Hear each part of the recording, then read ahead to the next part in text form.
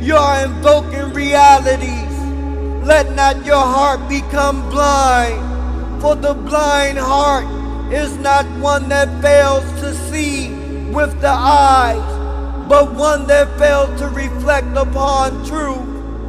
God has placed signs in creation and signs within the self.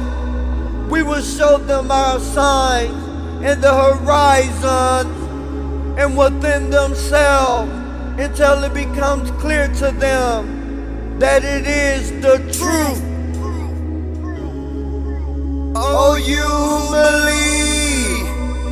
Know this, we do not describe God as the philosophers do, nor as the deniers do. We describe him as he describes himself, without metaphor, without comparison, and without limitation.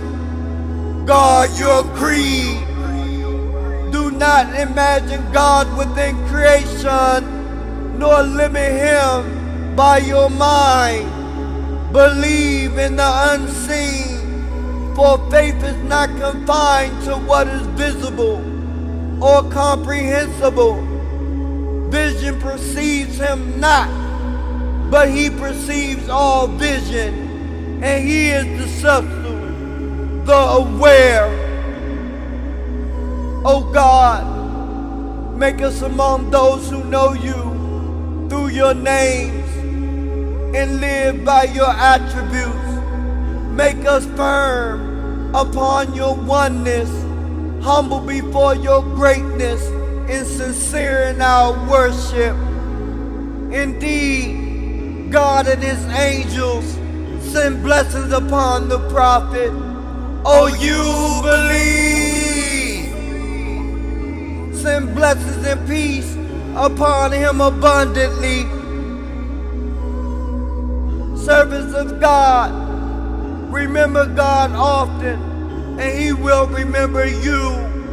Be grateful to him, and he will increase you.